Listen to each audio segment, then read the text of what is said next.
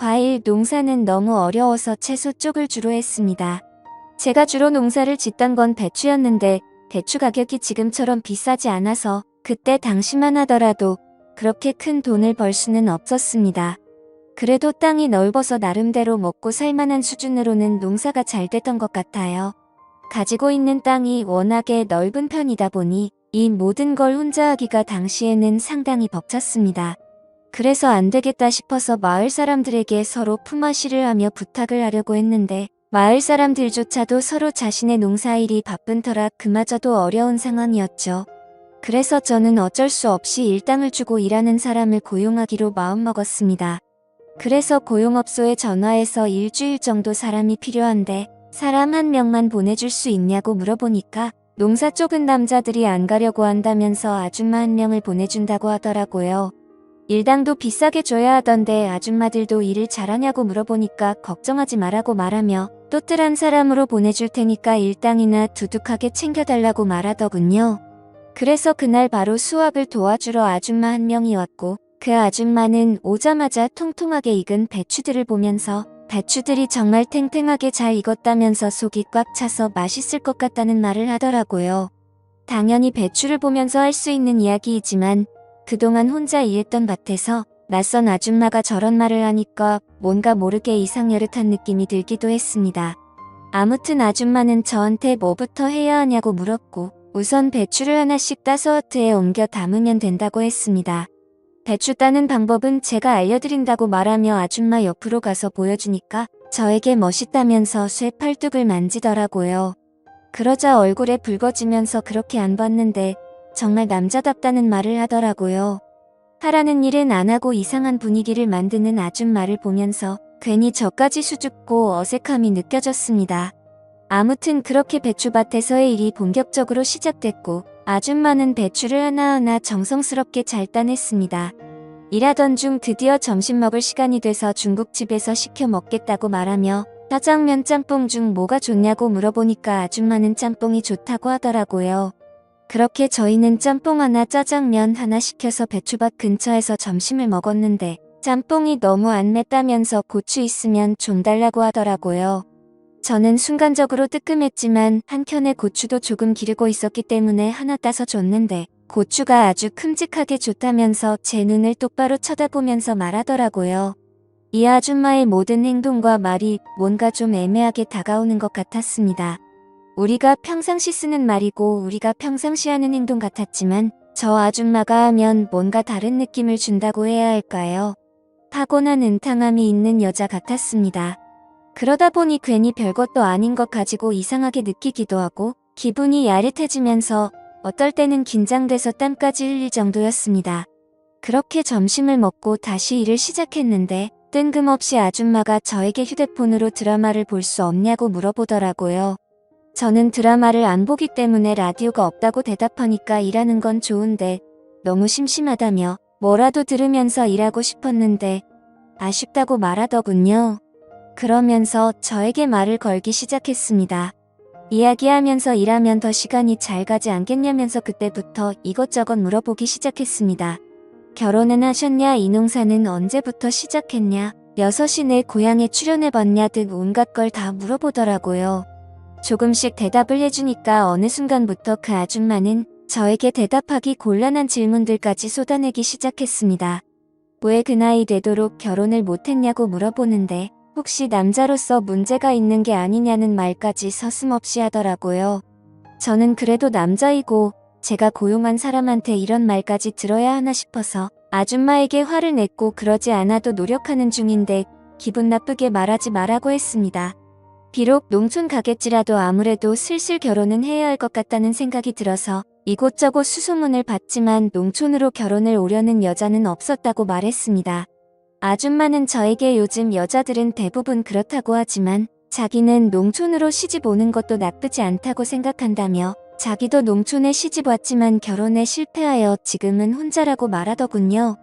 그러면서 아줌마는 그런 외국인 아내랑 결혼할 생각은 안 해봤냐고 하며 요새 그게 대세라고 하더라고요. 지금은 국제결혼이 조금 시들어지긴 했지만 그때 당시만 하더라도 국제결혼이 정말 유행이었습니다.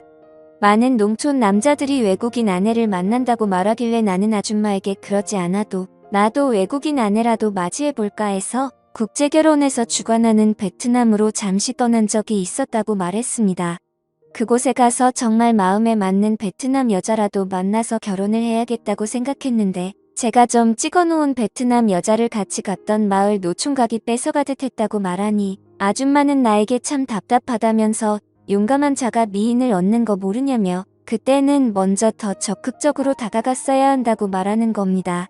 그래서 저는 솔직히 여자들은 너무나 어려운 존재라고 말하며 농사일이나 해봤지 여자들에겐 어떻게 대해야 하는지 아무것도 모르겠다고 말하니까 아줌마가 갑자기 주위를 살피더니 그럼 어떻게 대해야 되는지 한번 몸소 가르쳐줘도 되겠냐고 하는 겁니다. 그래서 저는 그 모습에 놀라 대체 뭘 어떻게 하실 거냐고 하길래 아줌마는 제 어깨에 손을 올리고 제 주변을 돌더니 살금살금 다가와서 어느새 아줌마 얼굴이 제 얼굴과 맞닿으려는 그 순간이 되어버렸습니다. 저는 당황해서 눈을 감아버렸는데 아줌마가 어서 눈 뜨라며 저를 툭툭 치기 시작했고 깜짝 놀란 저와는 다르게 아줌마는 별것도 아닌 거에 왜 그러냐고 하더라고요. 여자를 안 만나본 티가 난다면서 이렇게 순둥이처럼 행동하면 여자들이 싫어한다는 조언을 해주더라고요. 그리고는 이내 아줌마가 자긴 어떠냐면서 이렇게 봐도 그쪽이랑 10살 정도밖에 차이 안 날 것 같다면서 자기는 충분히 저한테 시집와도 잘할 자신 있다고 하는데 저도 한참을 고민하게 되더라고요. 이걸 고민하는 제 모습을 보면서 스스로 자존심도 상하고 너무나도 짜증났습니다. 갑작스레 저한테 시집을 오겠다는 그녀의 말에 모든 게 다 빠르게 휘몰아치는 느낌이 들었거든요. 저는 그런 아줌마의 질문에 아무런 말도 제대로 하지 못했고 어느덧 오늘 일은 거의 마무리가 됐습니다. 아줌마는 저에게 내일은 다른 아줌마가 올 수도 있다고 말하며 일당을 받고 갔고 저는 집에 와서 자꾸만 그 아줌마 얼굴이 아른거리더군요. 그리고 왠지 모르게 다음 날도 그 아줌마가 왔으면 좋겠다고 생각을 했죠. 그리고 드디어 다음 날이 되었고 저는 어제 왔던 아줌마를 기다리고 있었는데 오늘은 그 아줌마가 아닌 다른 아줌마가 왔습니다. 이 아줌마는 정말 말없이 일만 열심히 하다가 갔고 다른 아줌마들도 그렇게 기억에 남는 분이 없었습니다. 그렇게 거의 일주일이라는 시간이 흘렀고 드디어 마지막 날이 됐습니다. 오늘은 정말 처음에 왔던 그 아줌마가 다시 오기만을 바랬는데 하늘이 제 기도를 들어주셨던 건지 정말 그 아줌마가 다시 나타났습니다. 그러면서 나에게 잘 있었냐고 말하며 우리는 신나게 농사 일을 해나갔습니다. 곰곰이 생각해보니 저도 저 아줌마가 마음에 들었고 마지막 날이니까 기념이라고 제가 술도 한잔하자고 제안을 했습니다. 왜 그런 생각이 들었는지 모르겠지만 진짜 이 아줌마란 평생 이렇게 일해도 재밌겠다는 생각이 들었어요. 일을 마무리하고는 저희 집 평상에 앉아서 그 아줌마와 함께 술을 마시게 되었고 술을 먹고는 결국 실수를 저지르고 말았습니다. 다음날 이른 아침에 저희 집에 놀러온 옆집 부부가 저의 잠을 깨우더니 같이 한 방에서 자고 있던 아줌마도 부스스한 상태로 따라 나온 것이었습니다. 그러면서 도대체 이른 아침부터 누구냐고 하길래 저는 너무나 당황스러워 아무 말도 못하고 있으니 쥐도 새도 모르게 장가간 거 아니냐면서 그것도 아니면 숨겨둔 마누라가 있었냐고 말하는 겁니다. 저는 옆집 부부에게 그런 게 아니라고 해명했지만 그 나이 될 때까지 결혼 안 하고 산 이유가 이거냐고 말하더라고요. 저는 도대체 무슨 소리를 하냐면서 그런 거 아니라고 끝까지 오해라고 했지만 아니긴 뭐가 아니냐며 우리 마을 신문에 대문짝으로 나올 만한 이야기라고 하면서 깜짝 놀랐다고 하고는 돌아갔습니다. 그 뒤로 그 소문은 온 마을 사람들 귀에 다 들어가게 되었고 저는 그 아줌마에게 마음도 있겠다 소문도 다 퍼졌겠다. 그리하여 그 아줌마랑 미래를 약속하게 되는 지경까지 이르게 됐죠. 사실 점점 그녀와 저는 성격도 생각도 잘 맞았거든요. 우리는 연상 연하 커플이지만 일을 할 때도 손발이 잘 맞고 모든 게 다 잘 맞았습니다. 이 이야기가 벌써 15년 전 이야기이고 우리 부부에게 태어난 첫째 아이가 벌써 중학생이 됐으니까 세상 돌아가는 것 참 빠르다고 생각합니다. 그리고 이렇게 배추 농사를 지으면서 평생 혼자 살 것만 같았고 그리고 내 짝은 없을 것 같아서 멀리 베트남까지 떠났던 적도 있었지만 역시나 옛말 그대로 집신도 짝이 있다고 하더니만 저에게도 짝은 있었고 그 짝은 마치 저에게 우연처럼 다가오더라고요. 비록 나이 차이는 좀 나지만 그래도 워낙에 성격도 좋고 착해서 나이는 숫자에 불과하다는 생각이 많이 나고요.